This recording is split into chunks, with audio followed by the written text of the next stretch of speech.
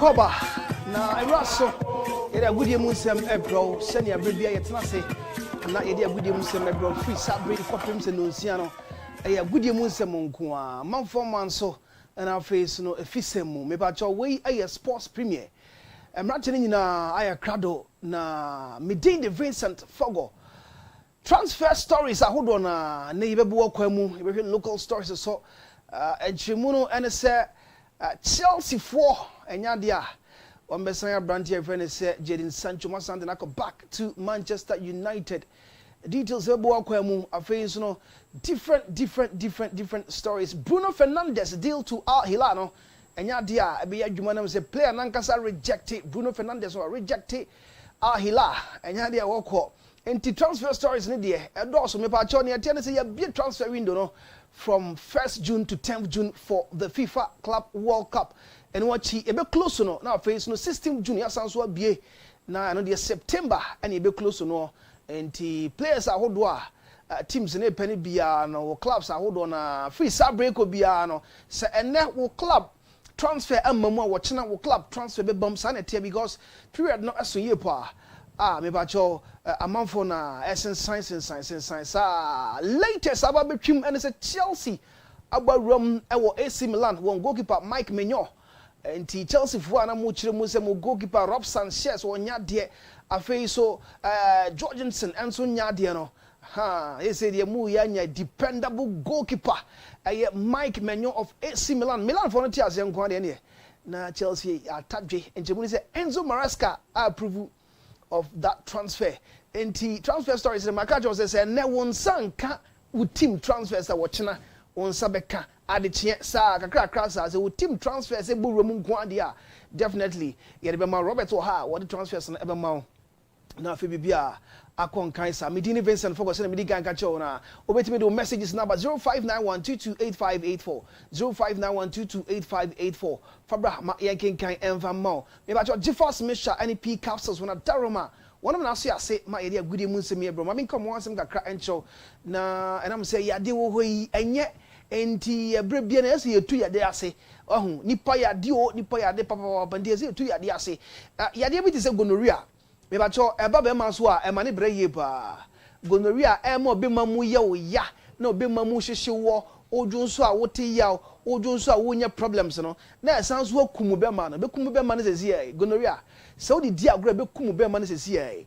Ne atia ne se etimi ma obe ma no fon. Etim ma wa nkase wo ho odin wo mpa so no. Me ba cho eba fom enti abre bia na oba no twifa wo so saa because wo nya de e wo mpa so agudie mu.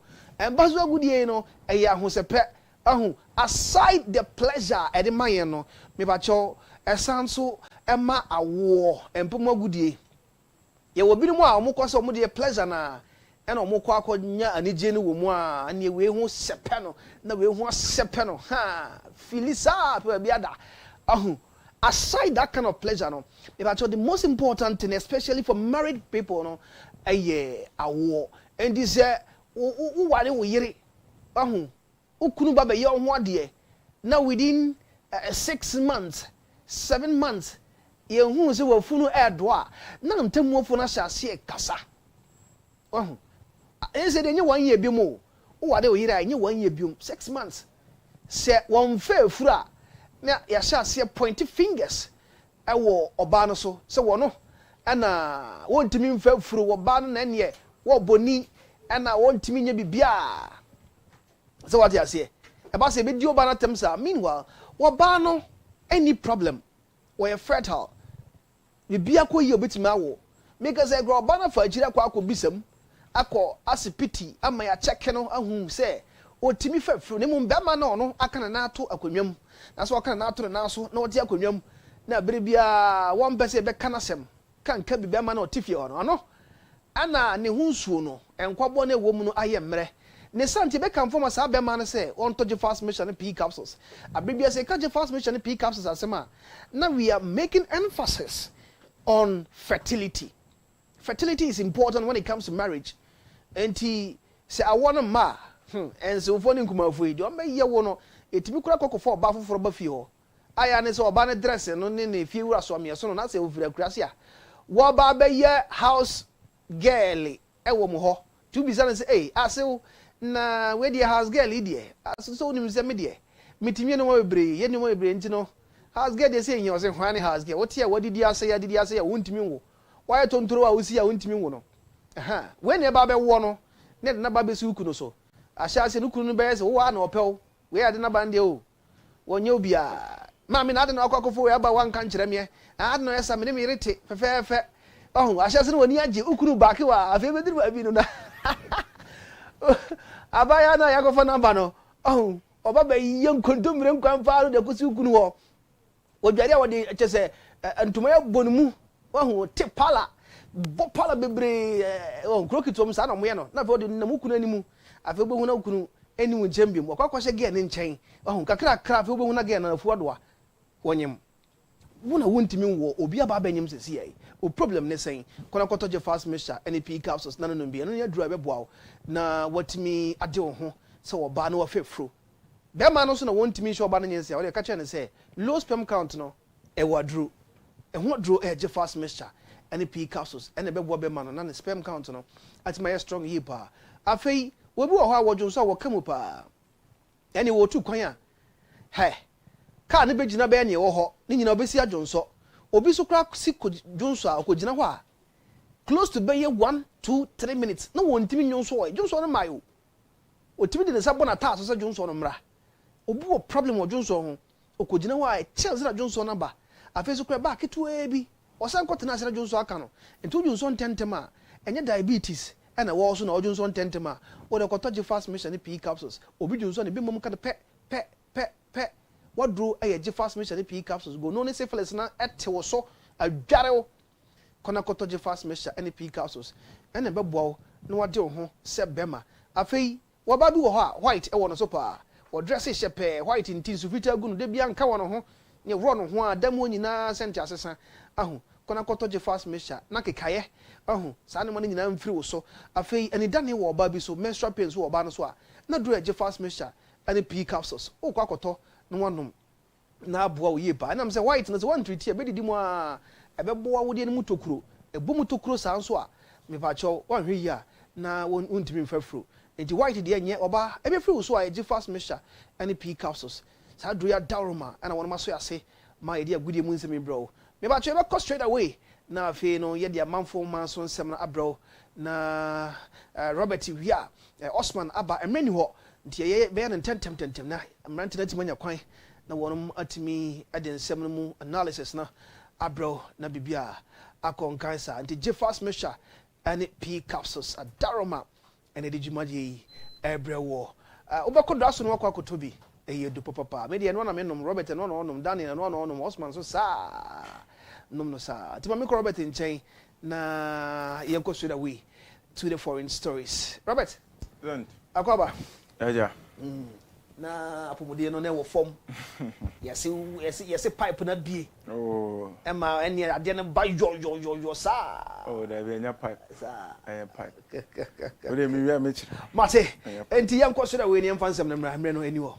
Ansem pii ne abo no anwumre ya yede eto anim na ye be sha say the Free Nations League and some hodo free hoba teams ni be prepare for games at omanim meche national teams no no chi ye be transfers no nso mu na afisu ya team komo e transfer stories ni mu na afi ya teams ni be sign players e bi nso jabi kwan na Chelsea line up 14 players se omu ja omu nyina kwan amoma free club ni makọ omu kosesa ba ye kan omantie ebra so se wo se ye pam omu nyina na yen hyase free volleyball me pacho Nations League jumadia enche bia etodwa wo Beijing. The stage is set chese jumadia we no yet from day 1 kopem se be ba na wie update ni nyina enso e de be bro na ha ana me pacho jumadia ni pompon so ni nyina so paso nte Beijing abonten so Nations League volleyball no bibia I set.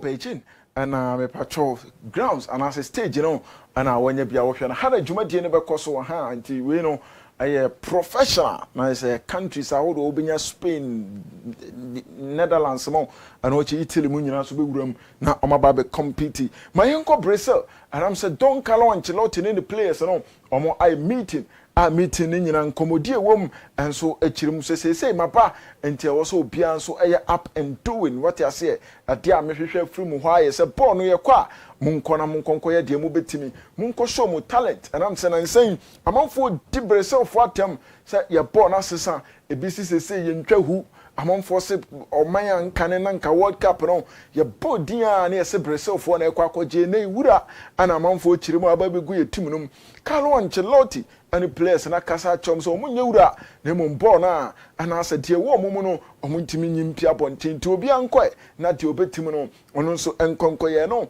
e meeting a eto dwa between players no ana face omu new technical team Don Carlo Ancelotti ono na ye opani a me pacho odisa team nanim won so wura no tie akunyamu a wadi kama assistants ne bi so team koma wo ho na ma yenko Brazil for no mu training num na face so yenhwe training apaso na Don Carlo lead team no ko abonten and making sure say training and so apaso omuni Ecuador e game I don't many man bia no nti one Vinicius Junior ana nkomo koso kakra krasa ne Casemiro Jenny de Rafinha de chire wochina na wahye na unse wasa kohia wo baby aha sa wiase de unya nipa na wohye na susuhye no ane Rafinha ne Carlo Ancelotti omoso de no eno na Andreas Pereira ana feso Andre Santos wonya na players a bebacho makwa PM o Priscilla training no na woni eguso a wohwe bi no na yenko Albi Celeste eno Argentina for omonso camp na ni nkomo ho Christian Romero Kuti ono na odaso a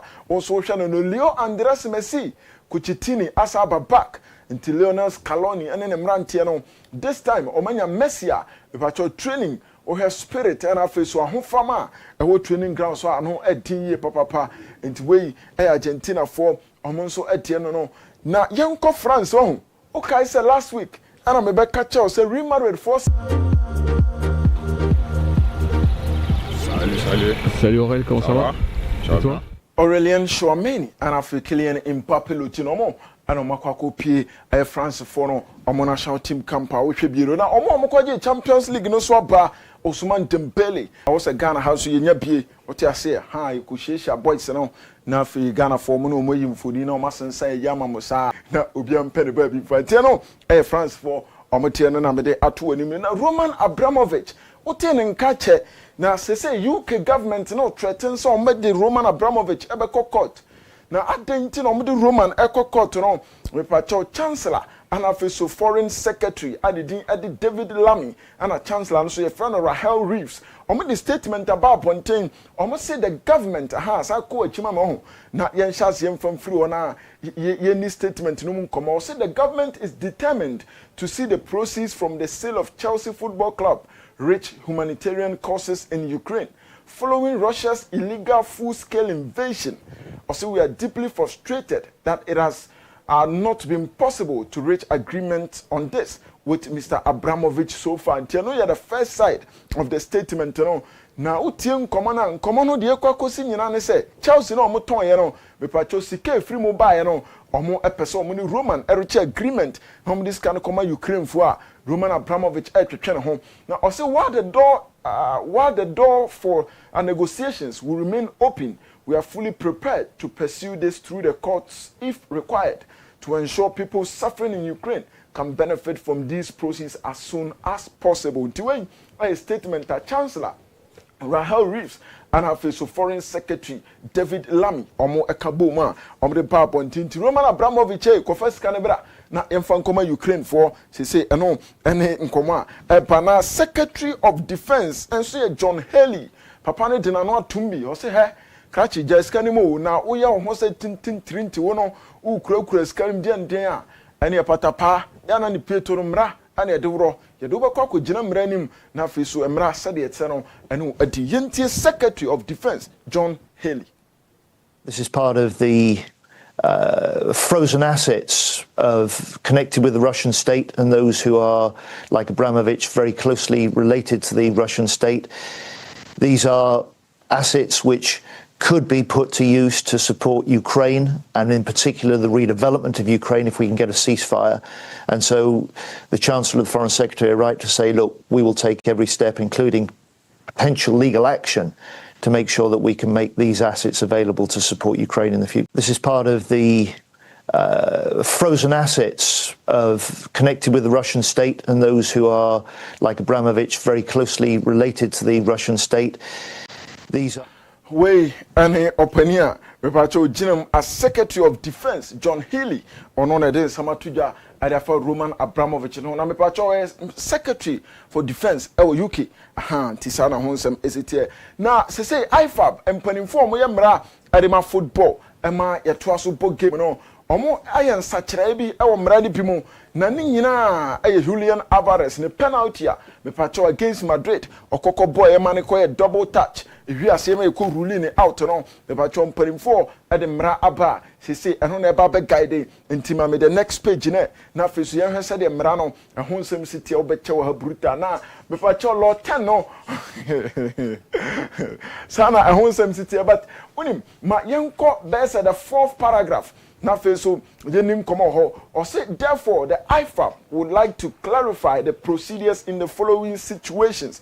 Or say the penalty taker accidentally kicks the ball with both feet simultaneously, or the ball touches their non-kicking foot or leg immediately after the kick. Now, just as how kobo penalty. Now, say ball na ni fan on us how kobo benkum no na ball ne kwa me pacho tie say mra IFAB edia panini me pacho or say if if the kick is successful, it is retaken. So ball na ba ko ka no na ekosha ye besan so abode foforo enti Julian Alvarez de no me pacho wo de medru ho ma me mfa ne si ya mfamro ena se ball na ba ko na ko ba ko nim sha ye be ball foforo nemo say if the kick is unsuccessful, an indirect free kick is awarded. Na chese bossa na ansha eno no ye be indirect na yabo e de atiamu na mepacho yesi se wo shada pa na do na ba ko boss and ba ko koboma mepacho eno no ye be rule ne se penalty na anhye ne mom se penalty kicks say abobo na wie ye bo penalties na ball na benkum ko boni fa na ko sha yenye onsa mo no fufuro bia biem ye twam enti no ene mra IFAB for no mepacho mo dia but just to clarify eno ma esi ye wo Madrid and afiso Atletico Madrid ohun so e game nem na Madrid for omo legends ene Borussia Dortmund for legends bebo game na no na Madrid for the announcement tapase nipa for yi ebe ka omo legendary team no ho mepacho Diego Marcelo ebe Bobby sanso so ena Kepler Lavaran de Lima Ferreira to na friend Pepe ɔno nso bɛkɔ game no Toni Kroos ɛbɛbɔ sanso na Rafael Varane ɔmo ɛyɛ 4 players a mepacho Bernabeu nyame adoma Saturday ɔmo nyina bɛbɔ side game no bi afei transfers yɛnwuram na deɛ wɔ sɛ wotie no yɛmfa ɛma wɔ transfer stories no mu mepacho Chelsea for mu ntie sɛ wote udin a na wahu sɛ woda transfer enti ebia obusani bi wɔ Chelsea afrɛ no sɛ sɛsi a ɔmfa na fidie no nto ha no ntie yɛse goalkeepers mienu Rob Sanchez Hot Petrovic mepacho 2 goalkeepers yi sɛ wo sika na sika ne sika papa fabra na bɛse sɛ ɔmokɔ yɛwɔ ha na ɔmokɔ fabae yɛka brɛ ɔmantie sɛ ɔmotɔn afei wokɔ akyire a Renato Veiga defender Ben Chilwell eka ho bi Axel Disasi ana afei Wesley Fofana ana afei Trevor Chalobah sa defenders way Chelsea force wo sika fabra na bra befa bi omu nyina ada transfer no so afei mfimfi middle tieme midfielders no say na tie shockingly Kenan Dewsbury Hall the dear PM yesi wasansi ball no ya na ogina mfimfi wo no twagu enti Kenan Dewsbury Hall the di apiem Kani Chukwuemeka Kani Chukwuemeka sa di kwa Chelsea for concern player na nya Safanat Pania omompe enti Kani Chukwuemeka omo de no ato transfer omo pe krachi nya abotre nuru so ade na ha adwe sa enti Kani Chukwuemeka de no na midi hu nkomo da kire no minus 3 ewu afa Leslie Ugochukwu muntie miye Leslie Ugochukwu midfield omo de no ato transfer ono nso beko afa ukọ animu wa Christopher Nkunku ono nso mepacho order transfer no so na for Raheem Sterling akwane nam Arsenal mfa wasaba enti ono nso order transfer noni Madueke ana for Joao Felix we mu nyina ye players a mepacho mu tin anso wo Chelsea for no omo transfer list no so nti Chelsea mo hu nkomo ana mde ema no mepacho Jadon Sancho deal no tie oni Chelsea for no ntimi an reach agreement ni nyina ne say the sika na ogena no den Chelsea forces so mo be gena de na show mo project ni ma just o tene sika ne so ana Jadon Sancho se hwe ono sika ne da asem so Chelsea for ni United mu nka mo ntuampo na asa enti nya fe na obetete so abe se na mi hwe sika ne so na de bi David o so otim ni otim o gene sika enti nya de so ote so na ate so kyena enti me pa cho ni Chelsea for na wie on to aso mobo ma Chelsea bio te so ose da bi skani so a o de bi kura akọ ma mbia yi a okotua enti nya fe na obetete so ama asa akọ eka bia enti say Sancho ni Chelsea immediately o ma wie Club World Cup no kura Sancho o mo bi mfa ma Chelsea it's over and here Chelsea and after Jadon Sancho tie no ukom Milan Mike Maignan goalkeeper at the AC Milan team no Chelsea for enim say player ni nya extended into oma body ewuram omo se Mike Maignan ye srew se ye kiri ho nwunu etimi hye 3 na Rob Sanchez akobie pipe no na oma teteka enti brana fe beji goal post no boss of my player no enya obeba Chelsea nya omo befa no de mom yese player ne say ompese obeye Milan for bone enti se Milan gituma ana oba Milan anye ntuma no Mike Maignan on join Chelsea ene ye Maignan ho nkomo no afi Jadon Sancho de no o se wa free Chelsea ene United on tra ho esimpo na anye yi no na e de say Alaba enti Chelsea afo se omene ne ntoa so a ene Manju musumu nya ne kwan na onko ba bi fufuro enkopo ne ball ene ye Jadon Sancho no afi Victor Gyökeres akache ne agents ne say opese obo Premier League Victor Gyökeres as a Premier League and ope enti say United ne Arsenal omo on red alert omo hwe say omo make move na omakofa Victor Gyökeres edena call say Arsenal for omo between Benjamin Sesko and our face Victor Gyökeres no omo hwe mu no mafa baako we wo ho a na ya san ho ne de lap aba na obe ginam no boss sa na ho something Victor Gyökeres de no yenko Barca na any Barca ho komo we patron Juan Garcia goalkeeper de ma Espanyol Barca for na reach full agreement before say Euro studio no na Barca for na wie o ma din komo no ama si say oba obe start straight anya fe na ye hwan wo ho ana hwan wo ho man ye de bia na nim musie no am se da bi wo ojo to akohye nchen say goalkeeper aba ono na eba bedam nje no Juan Garcia tie no na Barca for aka kire Marc-André ter Stegen say ompe ba bi mfa so tena ho na odi nkyene bottom ma goal no onnam otwene mu no onne tentene kube ye pe still obetena nkyɛn nti ɛno Mark Andre ter Stegen ono ane Barca for almost story no come Madrid omo go so pe young players na after say Franco Mastantuono the deal no asa ya to nsuom omo ya lusu na ma PSG no esi Morocco for wa koda bi the din de Azzedine Ozani na Azzedine Ozani no oy Morocco ni ball pa oh yes ball de omfa ni agro kra Ajax no wo Madrid for no say omo pese omo sign no na omo de ba bi pie omo team no ene ye Azzedine Ozani tie no no afeu ko Bayer Leverkusen na be pacho omo sign goalkeeper Mark Fleckens okwa koda goal post no ade ma Leverkusen for nti one Eric ten Hag na ekoye adwuma nti no Mark Flecken no Theo Hernandez ene Al Hilal for omo agree deal nti Theo Hernandez be pacho obe join the Hilal team no na okwa kotoa so ye adwuma e wo ho AC Milan say Setijani Reinders kodia still omu gina de omu gina Luka Modric ana omu hia no omra mfimfini ho no omeboa na niam nkoye me pacho na no na story no pie ye amanfo be deny nemom anwumrei take it from me AC Milan forces still omu need aso Luka Modric di no ho Kevin De Bruyne to Napoli forces after international break way omu be finalize bibia omu booking medicals omu nyehwe nemom omo ye optimistic say player no ebe join Napoli Bradley Barcola ni agent say PSG ho no onya ball ni bi mo otete nkyɛn ene Kivicha mo ana fe Doué na fe Dembele account no mo bo na eno na agent ne say oba offer no to clubs Chelsea ka ho Arsenal mo benya krata Liverpool mo benya letter say Bradley Barcola mo pe ana mo mpe enti Chelsea foi sekrata ne ba se de moye ne da no onfa nse das bi mu na fe mu nkofa mo maka ne mra aha Bradley Barcola na mum de metene se Chelsea new opportunity am try se omo be san Barcola na omo de na pa ani mo bi Bruno Fernandes a reject Hilal for the deal no na sika ne mo tu na mum Bruno as United obeto aso atena ho na we adwuma de ama club no kan in league a player de ma PSG Napoli for no say ono so sa onya bi mo nti omo ko na omakwa kwahwe no mo nsa ka no PSG say 40 million o de ba omo beje na fi kan in league omo adan no adena amana adena ko Jude Bellingham Jude Bellingham ni nua pacho wa kan yes ade a kire Borussia Dortmund team no nti say Jude Bellingham to Borussia Dortmund pacho bibia deda na kwan mu a nuru peso chana no pade na omawie bibia na deal no enso aye confirmed Brian Mbeumo a player de ma Brentford be pacho manju omo so omo pe na afesu aba be gina benkuma faso wa na nifa so nti Ghana chonko na Mbeumo emra eno manju omo so project omo hwehwe no na ese player ne de wajetum so obepa United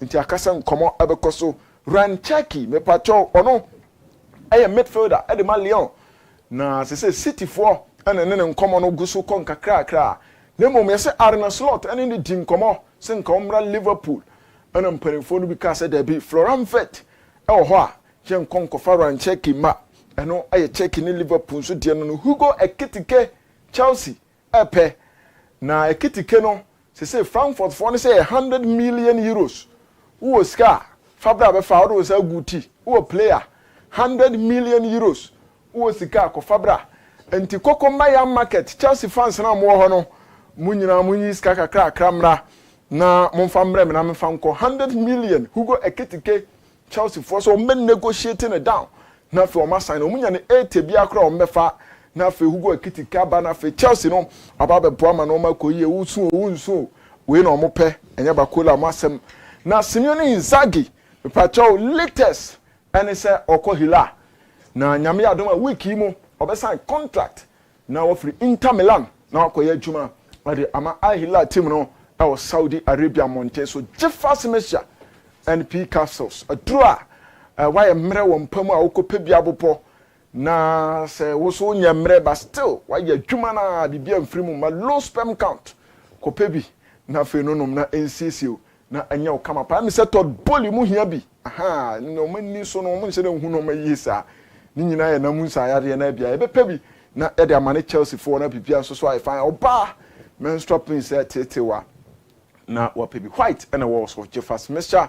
NP capsules nyina so na sama ye boa no de pre wa nwumire no yemfa ensi nemom bakola ene ekitike Chelsea fo ebe ye ekitike na omaja bakola ho enti na news wa ewo ho no me that say Robert for the foreign stories coupled with transfer stories I hold on and he was say what here ne authentic I was a hu nyina no Robert dey amawa Juan Garcia ha ba be post no aboso ewo aye Barcelona catch it no de demu a Espanyol yes go da bruta the Barca for the moon quality goalkeeper you know any dey Bruno Fernandes minim dey ha no oso onko onko niska get to the man no ozo onko but my main course man in chain na man awie ndie obo hwe ne phone so no hwe se bibia da na kwa Osman Vincent aha so no ye o catch us in nuru so ndi ozo awie no sa ozo obo hwe phone so esi ai me kai pa so kai my enko ha adwen o sa Look at here. Me say sike ba ko fa we abet na o. Ai. Abra ba ko kwa echem sei. Na me say, wira na ye po. Ye crap wira. Ya samo. So wudi ma. Obeja Victor Gyökeres. Obo say team be for Victor Gyökeres. And then obeba be more mo be 25-30 goals in a season in the league alone. Not the lap on I'm 5, almost 6, 12. Why you just one 11? No, they are more. Sa adding at the lap. Osa. Sa. Almost 100 no. Ah, yeah, problem. We negotiate. What could you? Wouldn't you Gyökeres? They won't lose 100 no.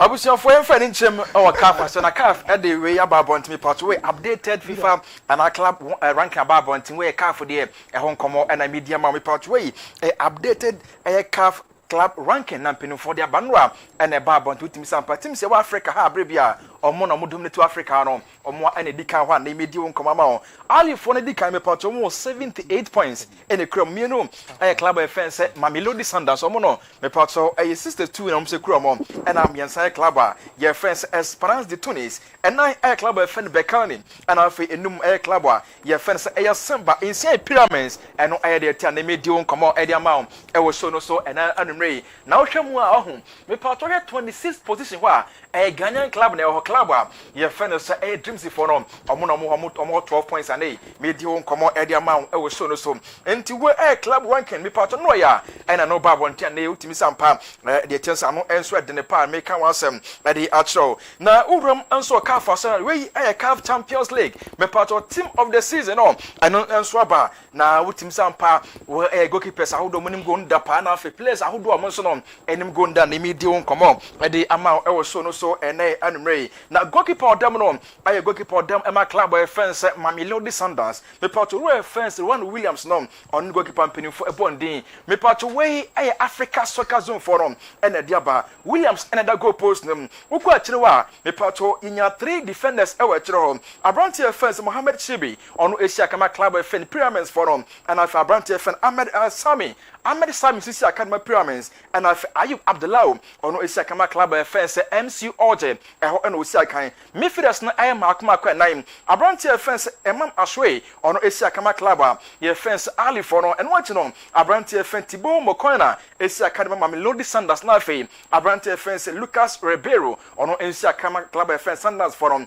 yebenya Abranti defense Yusuf Belali on Asia Kama club defense Esperance de Tunis yakwa ni mo so Abranti mensa Abranti defense Ibrahim Adel Osia kan Edema Pyramids and Abranti defense First Mayele on Osia Academy Pyramids Bobo Konom and Abranti defense Mafoken on Osia Kama club defense Orlando Paris and media won komo ediama e wo so no so and mentiway Africa Soccer Zone pacho omo team of the season our CAF Champions League nim and amadi won komo ama ye wura ma club FN Azam Asona Azam fo no manya brepa ne nyane o ma brante ba ko a ye fen Faiza Salum na o ma tse teams awodo open pa ne mo no mo so teams da bi akobi de ma ne nkosa akwanti no o so o ni contract e de ma brante na watena atimi abodwuma na ho sansam de bubruja e me pa metro de nti abrante no empini force o ma ne nkono medi won komo e de ma na club FN se Mamelodi Sundowns fo go si akan our CAF Champions League kwa na amfama o ma bedru kra ana ma FN South Africa o bedu ya no fans no enya sam ko to akra ani je pa ni omo da bi omo de omo wogide se tim na nya de e o kafa na ne mom no omo be ko club world cup ho de omo wogide pa se e bia na apika ma omo ntino omo mu players na bom ntom na ni je ene ko share players no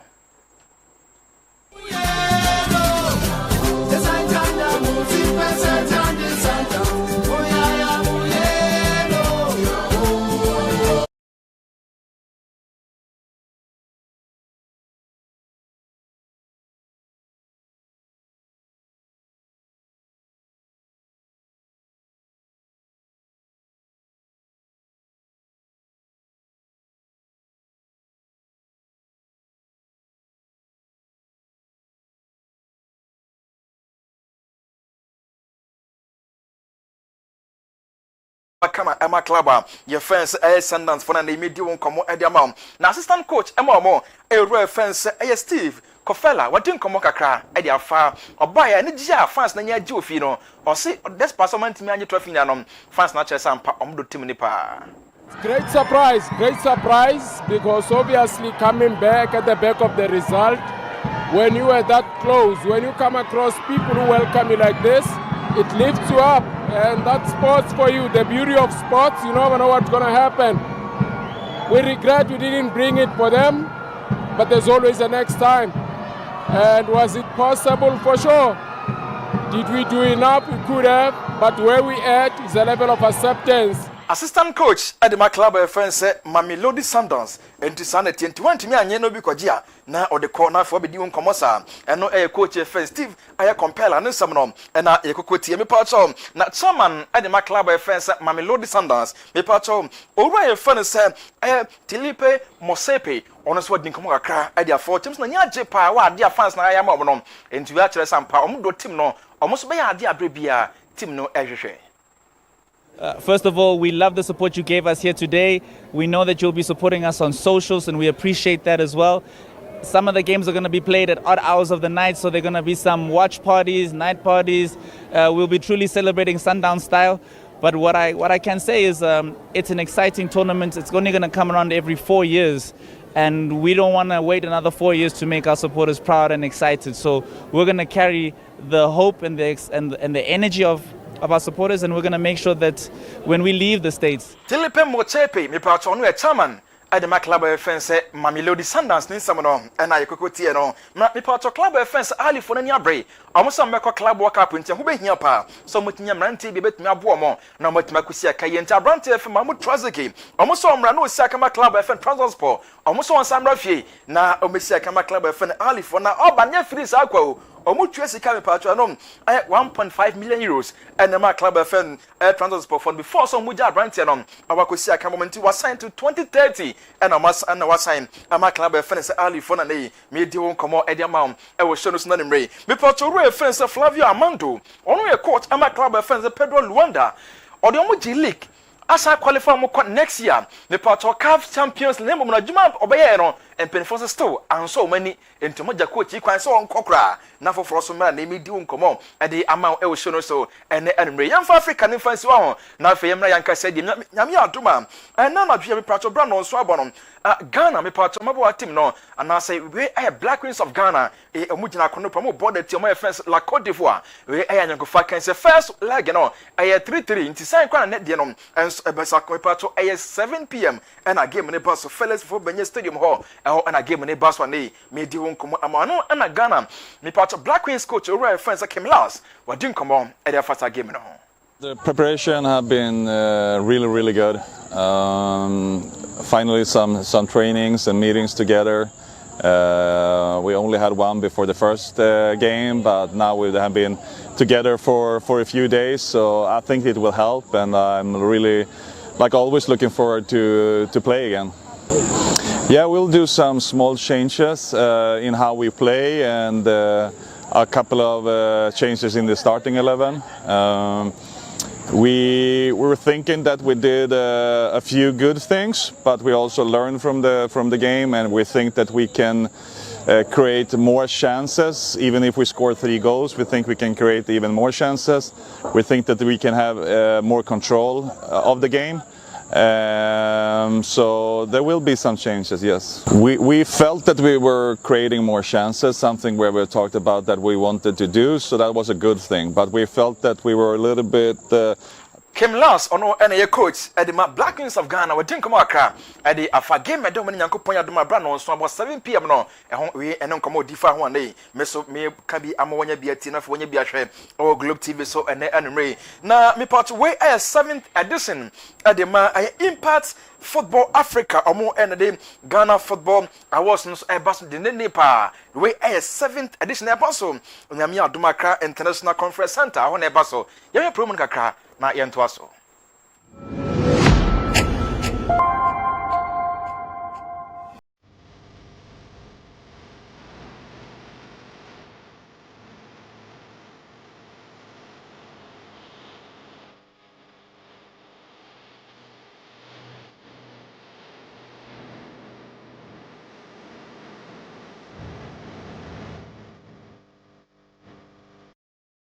The way 7th edition at the Impact Football Africa omo ene Ghana Football Awards no ebaso na medium komo ade ma me pacho we no enye Ghana Football Awards na nkasa ne omo so afa ayese Ballon d'Or and afa FIFA Best Player on sanity na medium komo ma enti enhwe home best male footballer of the year mema from no home yemfa ho sam emfa mrante makoma kwenum and ampenifo edi omo di baye abrante first Razak Simpson or captain the nation service face at Chawate ono ense kan bi pa and afa Samuel attack committee akan edema bibiani Ghost 7 amankona ono si akan ba brekum Chelsea and afa Branty Randolph Junior Nana Kwesi ono si akan ma club of friends Swadu Oblast 27 good goals na Branty na share edema mo division 1 nim and no qualify from the Pimo Ghana and Premier League nim medi won enkomo ediamam ni pato goalkeeper of the year no so aye nipa miensa na penifo form Benjamin Asare has folk and afa nations number 1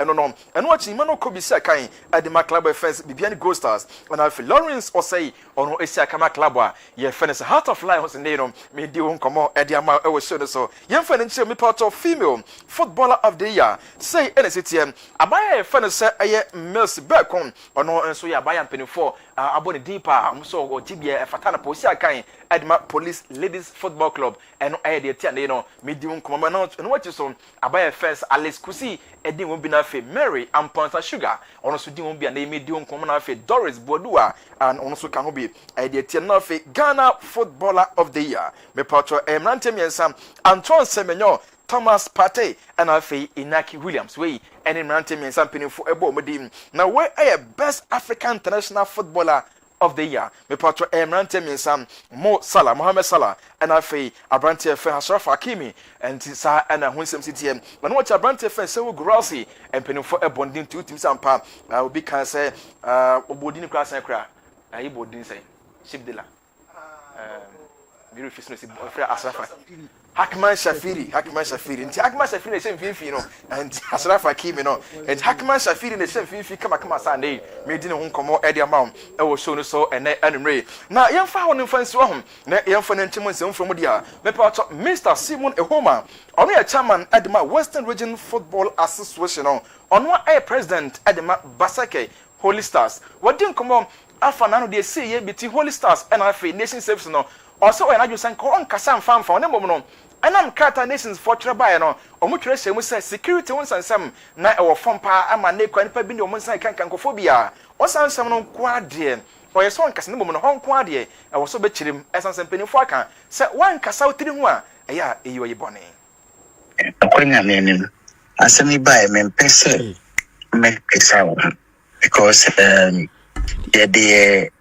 attack or dane MBC ya the modern session assembly ya omuhwehwem na no different o ka chen do di ben nti na me person na kopo betumpo aka ho hwe bia but anumre me tete mu nkomo no say me kakakra bi na ende no holi jadi aka magiefi young baby am we dey ki Dr. K ne o di na mo boy no kwe papa ni obi no buni pa nti men pese men beye nyantawantawa ana ka sempo be yi na no because o pese papa nti se bubi esem demand bia no ababom so abobra se respect you as be demand be mam kina sem ba ya men pese me kan wo hwe bia ba ne press release ne nsem o kan na me kakaka on ya men ka se bi to say uri ne baba out you can o kan say insecurity or park or inadequate of security personnel. The bo say uko bo no say insecurity. One, I didn't know she gymnasy. I didn't know she gymnasy. Mereful phones when you fed the abano and sana security bobo nankasana. We have security coordinator, police, and then awaiting meeting to be sure the number of security be able to through. And sana mabeshe bonus. Now so when we say we now I didn't know we say bonus. And two so no me say or can say nko fund we no safe. Now among pompe say because of a leg inti obi bewu entina oja born. Men can say no kore. Mene nyadwen. The menu we say omo yebobo ni nyina they will also omo tie the other team between Brekum Chelsea and Gold Stars. Make me can say omo scores no ntina they work. Make me can say omo ntina omo feel. Wow. Na nyese ubia omo ma me nipa ba ko bia omo say asem si we no ye bo no ye attack no mo fa evidence ma me hu. Me tete on radio station or the radio station say omo say ye de ye ka na ko lundu nkofo ama metwofo ama maba. Aya bon mo ma ye ma no kwende di bia hu ti si ye no. Sebi your friends in Nation FC supporters of Mumbai. Oman nanti from Kumasi Mumbai. Omo the bus nearby. Baby, ye stadium one isolated area. And they say the bus will find supporters bar. No more you make your four. So me you make your four there. Then Opatra say Nation FC supporters of Mumbai. No more you militant for Mufi different country no Mumbai. Mr. Simon Ehoma, me pato on air president Edma Basake Holy Stars. And to watch him or say we are now.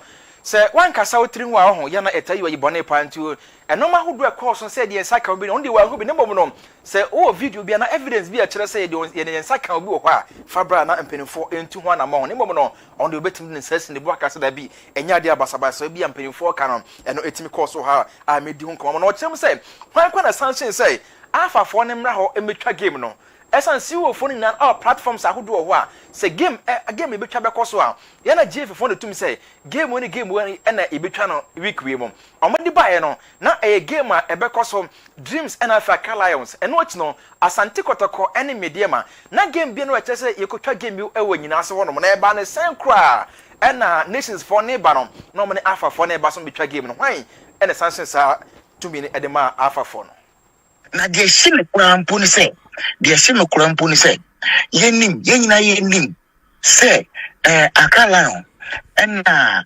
dimesi na say omo born eba life na I think mediema ne Asante Kotoko ansa na ombehwe match bia o life no you will see you platforms Nation FC omo so yenyina your owners of the class you also into omo de battle say this week we na eko and yenyina yenim any live match bia wo enzema ho western region bia okay yemu nwanwa second it can say oni afafo na buy ono mu koyin na when the graduate when the man permission post onko agende na no mu wonti omo de afa ekoye ye waso se na ti o ye dimra so nti obi amfa na pe enye bibia even say o de afa na different television po be kwa you need to get permission from the GFA man kwan ana omo wi amo na mu koye so mu wi omo a unsa di omo ye kamna offense etiamra so mu koye na BBC ya ye me aye ana omo na makoso and me say uko no ka ni Facebook a ube say omo ye publication bi aye Ghana Premier League why am design that design why na ye GF4 na ye ana no na ye and the name be what it look as if SBB ndam say papa ninti me pesa mako actually go me bunu pa. Yeah. Because I deal there yeah through live TV. That Ben won't say that live TV no. I show live Yama GF da. And the name of one person no could depend say look, I mean person make assembly we won't the German mother association no. Yes, Biano, oh, sure, panicking now on Nunti, almost say overtaking your bad, no free one. So, sure, and see, way, and some Mr. Simon Homa, our near chairman Edema, Western Region Football Association, on a choir side president and my Basake Holy Stars, and to their course between nation service, no, a honchemo and a ray at their bachelor's home. Game in the Bibia San Cost, now I'm putting a sense more, I have a forum, someone corner game on, or more and conclusion and say, platform see wo nyina wo mu no bibia ne wana edem aye kire say e wo say game no eba live on TV ene e business nti eba live na aye den eno e de tie no nti eba na aye den wo asemo ye fa no fancy me poto Ghanaian winger Brante fan Kamal Din Sulemana ukopima club e fan Saramti ho no si akan mpenifo chem say 2025 me part PFA community champion no omo e de ama Brante so no na abasobode na enko emfama no enti wutimi sampa wanya hwe de wanya bibi kakra de kofi akokere sampa afini kona wie no we na me kama de mesum nya yem me part Blasters of Ghana yen technical director we first we first sofa wadin komo wasi Ghana e quality players ai betim ya qualify for World Cup 2026 enti obi ana ma nya fe na baba ya ibia osutumu dakra bia so ye be qualify akwa na me di won komo e di amam me part Madam Messi Tego nye coach edema Oak FC has a folk maba team no ose for now they ma qualify we no ade baba ne say obesan some experienced players be abeka team no say be a Malta Guinness Women's Premier League no o metimi abo ne na me di won komo e di ama e wo show no so has a folk from so much interest pa Abrante for Emmanuel Sapon ono Asia Kama Club offense brekum Chelsea boboko no enti sanete enti almost amashase ne din komo fa say krakra so mo hwe so mo nsa be ka Abrante a ye first Emmanuel Sapon and me di won komo e di ama me poto sports and recreations minister honorable Kofi Adams adin komo na nyina no e fa de course violence course between Basake Holy Stars and afi nation service no and I watch them say Ghana ha omo here education power in football no club president club management and afi CEO so ahodo mo Ghana ha no omo na so mo here football education pa before crisis supporters na bam so mo te football na see we are a bad decent supporter bet me for machi akwa no mabone all parkers so me ntia nsama honorable sports minister honorable Kofi Adams edituja. I've been informed about the unfortunate incident, but I have not received the full briefing of what went in and what didn't go in. However, investigations are ongoing. It's quite unfortunate that we will continue to have such situations. What I have seen and know we must do is to have proper education of one. Club owners, club management need serious education even before the fans. Our club owners seems not to be up to the task. Some of them, not all, some of them seems not to be up to the task beyond just owning the clubs. They seems not to be up to the task. Some management of some clubs clearly seem not to understand. They are so clueless about what football is all about. We need really to spend some time in dealing with this category of persons also, even before we go to the fans. Then the officiating officials and badge commissioners, referees and their assistants must also have their part. And people must be punished when they are found to have done something wrong, irrespective of their status in the country or political affiliation or whatever. We must have the strength and tenacity to punish people when they go wrong. That is the only way that as a country, Ghana, that have a lot of love for football, we will benefit from it. But if we allow things to continue this way, you will have 90% of your football-loving people focus on the European leagues and other leagues other than your own league. But that is not why some. No, and I could see no team so more here serious education pa our Ghana football and your supporters no before any moment no or more here see a pa serious one club president CEO and afi management no or na na say a chairman na say munim football see na football tie esan say fan bi na obetimi afa chama bi achi akọ prevent you bi so man park so esan team no enye na dia and me di won komo e dia ma yen hwe mi porto wey last one our Ghana in Premier League nim yiwi e jana kwa yara wo sempa yiwi na tonkwanta pai afi they say ene ye ko ha bi twon ma yema mu ntwa yema mu nyese ni na say bana wi yara wo sempa ni o oh enti mi pa to weekend say na beko House of Folk bo at club friends Samathers Bibiani Gold Stars bo at Accra Lions bobo korom na Dreams aboard at Legon Cities betem any Young Apostles na bebo na fi Adriana Stars abom at Baseke Holy Stars be part of Nations FC board at Heart of Lions Mediaman Sporting Club bo at Bobo ko friends Brekum Chelsea Vision FC board at Asante Kotoko enti we and games are be cause nyame adoma we can see our Ghana yem Premier League name and the sanity listen eduru amemoya yiwai memoya yipa memoya Judy memoya yipa memoya yi makana what do we Judy makana yes kwa kwedu ya ka me na memoya yi ntino listen mamenyina so ho na mamenche Kalito champion Kalito ya Kalito Kumasi na say oya yi na o se die o pese otna fa ko ti ke se Kalito Kumasi bi o na mi fibro no din na me se nka o ne nka pa so o ka mi what I say enkran dokono pa na Kalito masa nya san kotwa wow easy amom ko ndia dance fantastic wow Kalito team say enya joint ba ku o joint ba mi ensa esa sen ko photo the joint na ya obeka what I say or the testament no me wo gidi say o gu so okay anka wonya no mai we no eduma no muso ya kan say obi sama mento na menhwe oyi no Vincent and this say wa de ho wa ma mento hwe oyi dia la be no na so wo su nkwa wonya wa yi a obeja yo wonya wa dia personal dia obeja isi nyankopo bi ya no ama my vice Vincent all right so that's it. The story is now been here, both foreign and local. And of course, Beshaz here with the analysis, and Daniel Beshaz here with the analysis. Now, Robert Room announcement, and so 5912285844. Why drink channel bra? Na again come on, Daniel. Yeah, Baba. Yes, sir. We need to sorry, I won't go on. Ne mama kwaba ntino. Oh, no problem. Team, yes, here with the analysis. Na young queen will be an immigrant. Yes, sir. Medasina, and Ghana for interesting stories from both Usman and then Robert. But House of Folk, they must be a bit agent. Okay. Because they need a lot of things to put in place. But listen, in football, if it be national identity, and I say national football DNA. Now, I guess a national football DNA.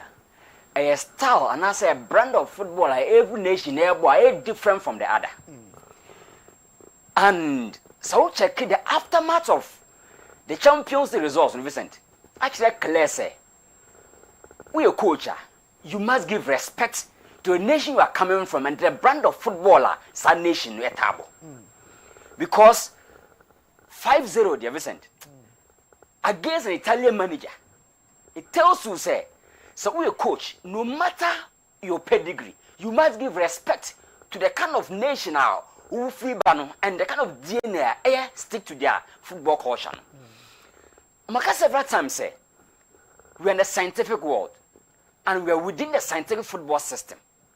But there back on say I don't have any problem with the scientific game because Vincent, I'm giving it a bit nice there. But my reservation about scientific football yes, Vincent is too complex. The scientific game take away organic qualities out of our game. And then again, the scientific game no, I'm giving it too complex the sense, Vincent. So I'm sure that is a side effect of our science damage young football. But Vincent, among all this, on my back the scientific game are causing damage to their national DNA in the Italian national team no, and even the Italian Serie A. As I say, listen, so check it on my to say Spain and the Netherlands. They believe in the Rhinos Makers principle as their DNA. You see, they want to possess the ball and pass, build comfortably from the back. They believe in the predominant style of football. In the moment, Spain will go to a tournament. The moment Netherlands go to a tournament, there is no way they're going to change their philosophy to play defensively. And then again, so check France and then Germany. These are nations. There's never going to be a day they will change their national DNA into something else. There is no way French national team will forget what they taught them at the Clairefontaine. No. There is no way Germany will change their German machine system, that free-flowing sexy football, into Canada shoulder, and see that. But Vincent, so also check South American team now, Vincent. There is never going to be a way Uruguay will forget it, or Mugaru spirit in Derby, that aggressive, bloody sacrifice, they're never going to forget it. But so check Italy, Vincent. It's a mind by household name in football. They've produced great coaches, they've produced great players. But within their national culture, within their DNA, they believe in the door boat and Grenta DNA. You can say both door boat and I say Grenta, a style of play, and they believe in the defensive approach plus aggression. That is what Italians are known for. And then again, time my Italian football agent announced, listen, they were producing defenders, they were having the culture and the qualities of the Grenta and then the door boat. It's like defenders on your screen. They'll give you a lot of aggression. They'll give you greatness. They'll give you a level of concentration and watertight defending. But listen, time Bonuk Nikelini faded out, their last dance, that was when Italian national team, I say Italy, the Italians produce defense are so poor. After these two boys, the DNA from the Italian national team, the Grenta, and then they get a door boats on either for Italian system in the code be by Vincent on to build a formidable defense ever cater for any attack. Now, so check currently on a very normal Vincent. Say Italy a tournament. These are the center backs you mentioned. But Vincent, Bisson say, are they having that Grenta spread now? These are ball playing center backs. Are there any Italian national team DNA? Italy defense, Vincent. No way they can know how to pass the ball. Vincent, ball aggression, mommy. You know, your zone marking, your man marking, mommy. But check a bunch of physical fury. Check Boston. The reason why Boston is in service and he's a very good passer of the ball. He's not a very perfect man marker. Saying he play with him from on to me as I but he's being credited based on how he can play the ball on the street. Look at Calafioro for our quite limited striker, no. It tells you say in recent times, no, Italy are producing defenders and they are forgetting their DNA. Take a picture away. Italian fullback don't know how to defend. Listen, my goodness. Italian fullback. I get it. Listen, check the Marco. Defender be a just striker. Derby. Yeah. Oh yes, sir. You are either going to deflect the ball. Listen, keep on the who direction. Now check it consistently this season. The Marco Pie form. No, he is lacking the principles of defending, and that is something. Listen, how do you pa? But the reason why listen, in terms of losing Portone, listen. Simeone is a mega say. The style of football, no. Or Italian, but he's hybriding the game, no. What for some different characters have a team just to play. Inzaghi team built from the back. Inzaghi team possess very well. Inzaghi team want to have the ball and control space. But that is not something with my more than a Spanish coach. Into the reason here say, or copy the Spanish style against a Spanish team. And I say Spanish coach. Which is wrong. Which is wrong. Pass on him passing Luis Enrique. Won't you possess in channel? Into why I say you are going to lose, woefully. And I wasn't surprised at all. But so check it, Lucha. Oh yeah, coach back Vincent. He stick to the principle, he stick to the Spanish DNA. Spain national team Vincent. And I say every Spanish coach, they believe in the Johan Cruyff 3 P's. Possession, positioning, and pressing. Now, when we first got fake, we saw say within every moment that Johan Cruyff 3P was working. This is high pressing, almost limited spaces from Inter Milan backline. Johan Cruyff 3P, the Spanish DNA. The principles of Luis Enrique. And then again, they believe that the game is played in midfield. Into a derby, they don't joke with their midfielders. Go and ask Pep Guardiola and how he loved to have good and quality midfield. Listen, on the game we saw say all the time. PSV Lucy Bono. They retract to make sure they will add thickness and midfield and make sure say they will impede opponent from getting control in the middle of the park. In the days all things actually clear everything. On the day Simeone Inzaghi came, forgotten his DNA, making sure so best different thing to the game. Listen, I'm faster inti as a nation. Listen, Miss Wrong. Look, always make sure say you will stick to your DNA. But to the FIGs, listen. they should go and sit and learn some things. Yes, I tell him to be good. Okay. Vincent, look at national team their performance. Your football and Italian national team in big tournament they can't perform because they're forgetting their DNA. And American, look, their French national team can never forget the Clairefontaine principles. That be that. The Germans will not change their game to defend and see that. Netherlands will not go and defend and say packet bars, you see long balls and see that.